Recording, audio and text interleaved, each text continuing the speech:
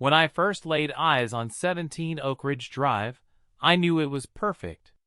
The colonial-style house sat majestically on a corner lot, with mature oak trees and pristine landscaping that spoke to the kind of neighborhood where property values remained rock solid. As someone who had spent the last 15 years building my consulting firm from the ground up, specializing in municipal law and zoning regulations, I appreciated order and structure. The Willowbrook Heights HOA seemed like exactly what I needed after years of living in chaotic urban environments. What I didn't anticipate was meeting Karen Pemberton on my very first day. I was directing the moving crew when she appeared at my front door, clipboard in hand, wearing a crisp blazer despite the 85-degree heat. Her blonde hair was pulled back so tightly it seemed to stretch her features, and her smile had the artificial warmth of someone practicing customer service. "Good morning. I'm Karen Pemberton, president of the Willowbrook Heights Homeowners Association. Welcome to our lovely community." She thrust a thick binder into my hands before I could even introduce myself. The cover read, "Willowbrook Heights Community Standards and Regulations Revised Edition. Now, I noticed your moving trucks don't have the proper permits displayed. All moving vehicles must display temporary parking permits, which cost $50 each. You'll need to purchase 3 immediately. If you're enjoying this wild ride so far, make sure to hit that like button and subscribe to KarenEatWorld for more unbelievable HOA horror stories. Trust me, this one's just getting started, and you won't want to miss what happens next." I glanced at the perfectly legal parking situation on the public street in front of my house. "I'm sorry, but these are public roads. The moving company already checked with the city." Karen's smile tightened. "Oh, honey, you must not understand how our community works. The HOA has agreements with the city. Every vehicle on our streets needs proper documentation. It's all in Section 4.7 of your welcome packet." The binder weighed at least 5 pounds. I flipped through pages of regulations covering everything from approved mailbox heights to the exact shade of beige allowed for exterior paint. It was more comprehensive than some municipal building codes I'd worked with. "I'll need you to stop all moving activities until this is resolved," she continued, pulling out a citation pad. "Failure to comply results in a $100 fine for each violation, compounding daily." Something in her tone triggered my professional instincts. In my years of dealing with local government officials and zoning boards, I'd learned to recognize when someone was overplaying their hand. But I also knew that sometimes the path of least resistance was the wisest choice, especially when you're the new person in an established system. "Of course. I'll have them get the permits right away." Karen beamed. "Wonderful. You can purchase them from me directly. Cash or check only, please."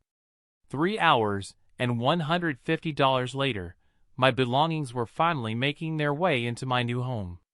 As the movers worked, I noticed Karen hadn't left. She stood on the sidewalk, occasionally taking photos with her phone and making notes on her clipboard. When the crew began unloading my antique mahogany dining set, she reappeared at my side. "Oh my! I hope you're not planning to put that in your dining room." I paused, a crystal wine glass still in my hands. "Why wouldn't I? Section 12.3 clearly states that window treatments must allow at least 60% visibility from the street for security purposes. Dark wood furniture creates shadows that could obstruct the view." I stared at her. "You're saying I can't put my dining room table in my dining room because of shadows?" "It's not about what I'm saying, honey. It's about community standards. We've all agreed to maintain certain aesthetic guidelines to preserve property values." The next morning, I woke to find a formal citation taped to my front door. Apparently, my recycling bins were positioned 6 inches too close to the street, violating Section 8.9 of the Waste Management Protocols. The fine was $75. By the end of my first week, I had received 4 more citations. My garden hose was coiled counterclockwise instead of clockwise. My newspaper was left on the driveway for more than 2 hours after delivery. My porch light was 40 watts instead of the mandated 60. And most bizarrely, my welcome mat was deemed excessively cheerful and potentially disruptive to the neighborhood's sophisticated ambience. Each citation came with Karen's helpful personal note, always ending with a smiley face and her phone number in case I had questions. I tried the reasonable approach first. I attended the monthly HOA meeting held in Karen's living room, where I discovered I was one of only 3 residents who showed up regularly. The other 2, an elderly couple named Harold and Marge, spent most of the meeting nodding along to whatever Karen proposed. "I'd like to discuss the citation process," I said during the open comment period. "Some of these regulations seem unnecessarily restrictive." Karen consulted her notes. "Oh, you must mean your recent violations. I'm so glad you're taking an interest in community compliance. Actually, I'm questioning whether a welcome mat can truly be too cheerful." Harold shifted uncomfortably. Marge suddenly found her purse fascinating. "The aesthetic guidelines are quite clear," Karen replied, her voice taking on a patient tone usually reserved for explaining things to small children. "We've worked very hard to create a cohesive visual environment. Property values in Willowbrook Heights have increased 18% over the last 3 years, largely due to our strict adherence to community standards." She wasn't wrong about the property values. I'd done my research before buying.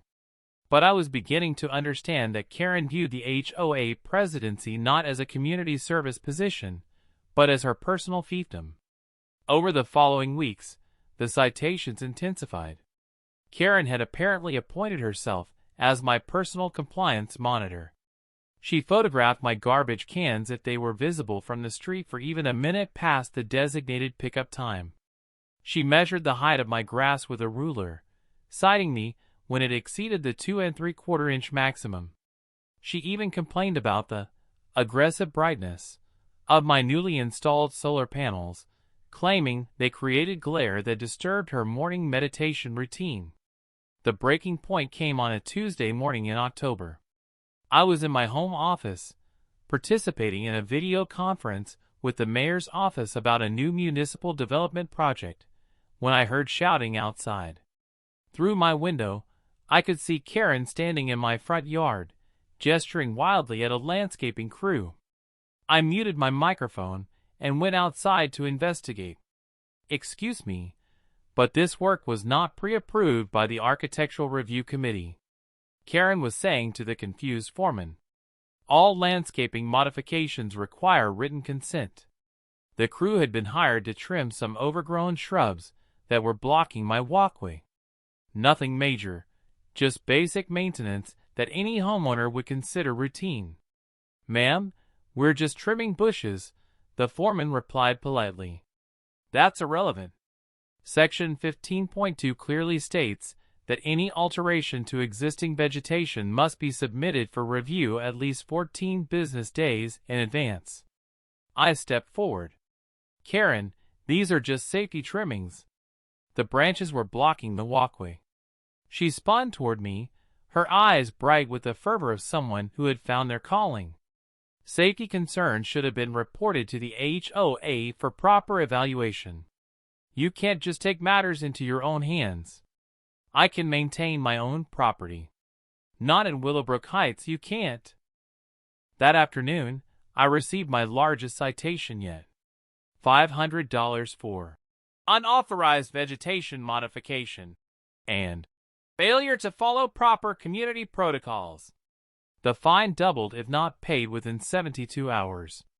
As I sat in my office that evening, reviewing the citation and the increasingly thick file of HOA correspondence, I realized that reasonable approaches weren't going to work with Karen.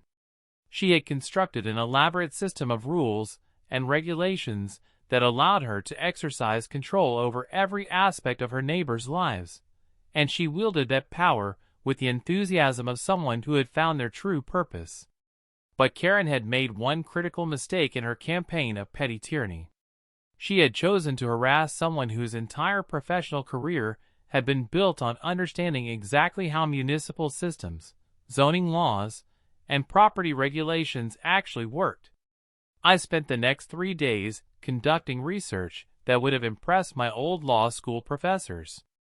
I pulled property records, reviewed municipal codes, studied the original HOA charter, and examined every single regulation Karen had so enthusiastically enforced.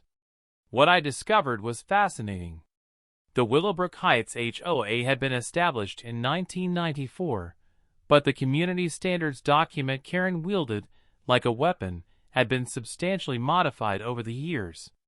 In fact, most of the more ridiculous regulations had been added during her tenure as president, often without proper community approval.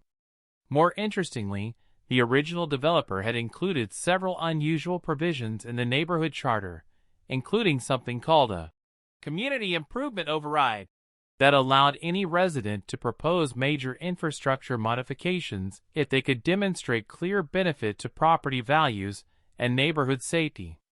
But the real treasure was buried in Section 47 of the Municipal Zoning Code. Willowbrook Heights sat in a special district that allowed for something called heritage commercial designation for properties that met certain historical or architectural criteria. Karen had handed me the tools for her own destruction, wrapped up in that 5-pound binder of regulations. On Friday morning, I submitted 3 separate applications to the City Planning Department. The first was a request for heritage commercial designation for my corner property, based on its 1928 colonial architecture and prominent placement at the neighborhood entrance. The second was a formal complaint about selective enforcement of HOA regulations, accompanied by detailed documentation of Karen's citation patterns. The third was a business license application for a consulting firm specializing in municipal compliance and zoning advocacy. While those applications worked their way through the bureaucratic system, I made some phone calls. 20 years of building relationships in municipal law had given me an extensive network of contacts in city government, county planning, and state regulatory agencies. I reached out to colleagues who specialized in homeowners association governance, property rights law, and commercial zoning disputes. What I learned was even better than I had hoped. Karen's interpretation of HOA authority was not just overly aggressive. In many cases, it was completely legally unsound. Her attempt to regulate activities on public streets, her unilateral modification of community standards, and her selective enforcement patterns had created a liability nightmare for the association.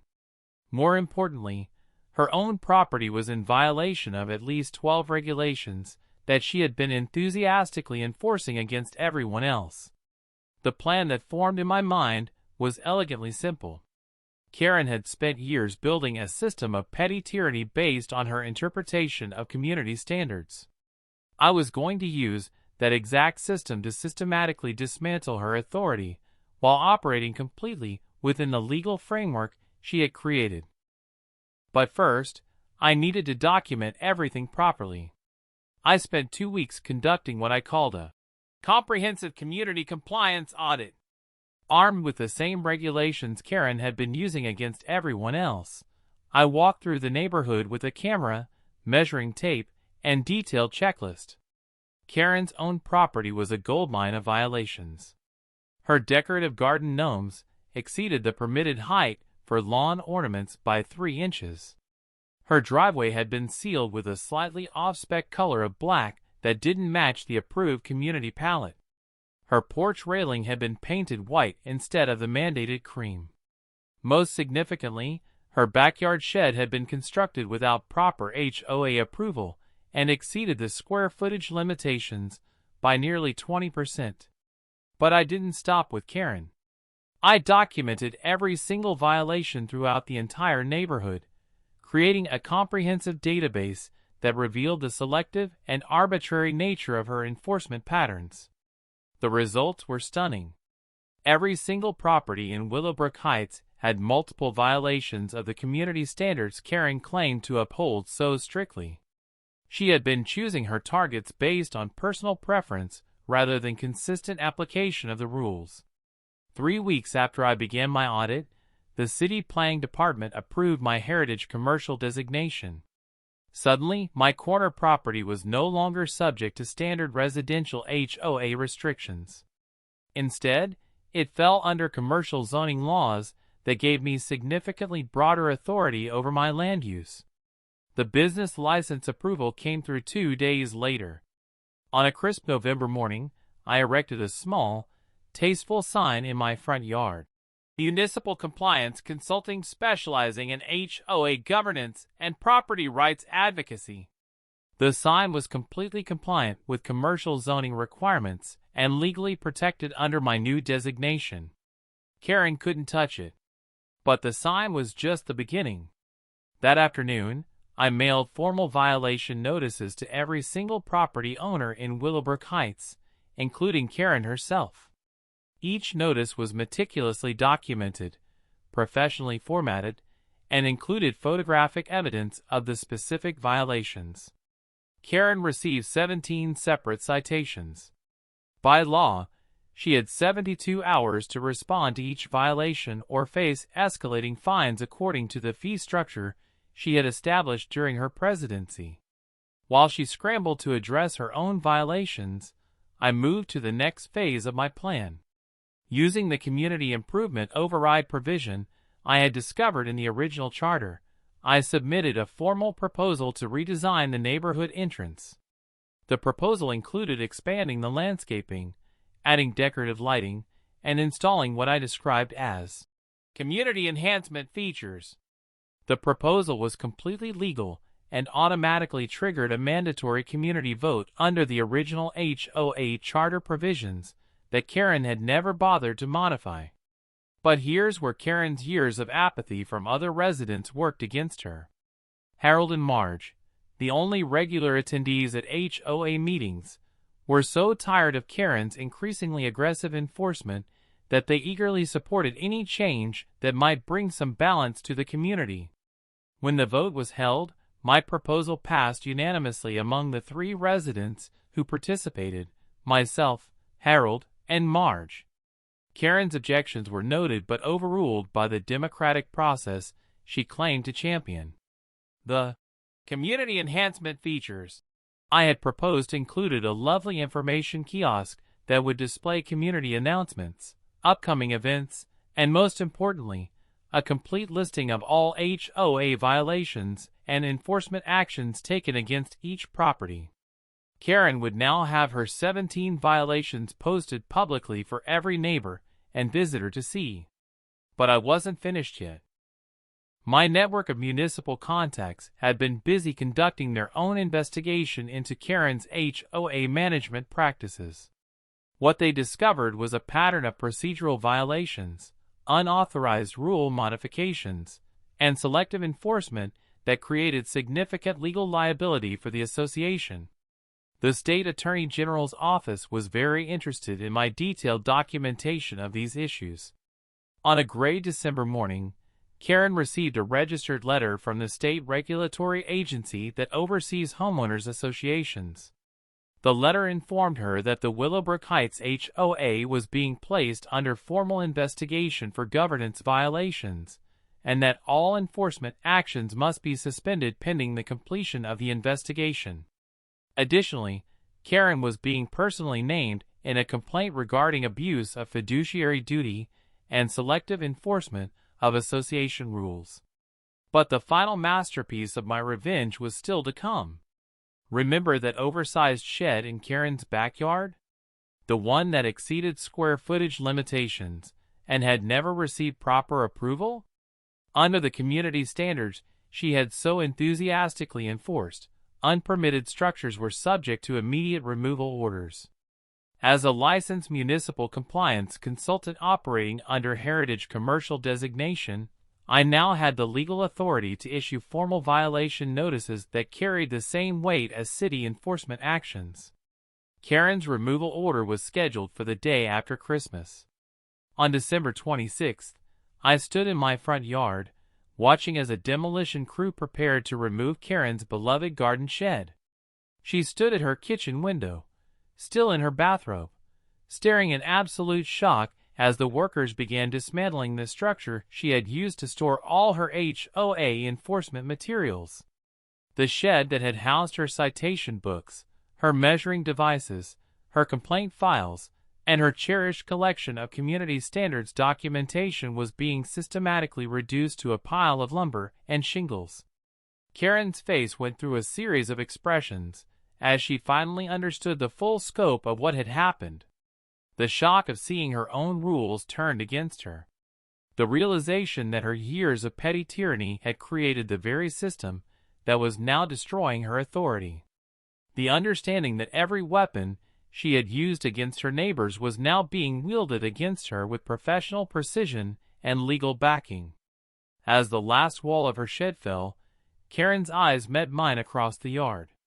In that moment, she finally comprehended that she had picked a fight with someone who possessed not just the knowledge to outmaneuver her, but the resources, connections, and patience to orchestrate her complete and total defeat using the very system of rules she had created. The look of absolute defeat in her eyes was worth every citation, every fine, and every petty harassment she had put me through. Karen Pemberton had finally met her match, and she knew it. If this epic tale of HOA justice served cold got your blood pumping, you absolutely need to smash that like button and subscribe to KarenEatWorld right now. We've got dozens more stories of entitled people getting exactly what they deserve, and trust me, they just keep getting better. Hit that notification bell too, because you won't want to miss the next time someone gets a taste of their own medicine.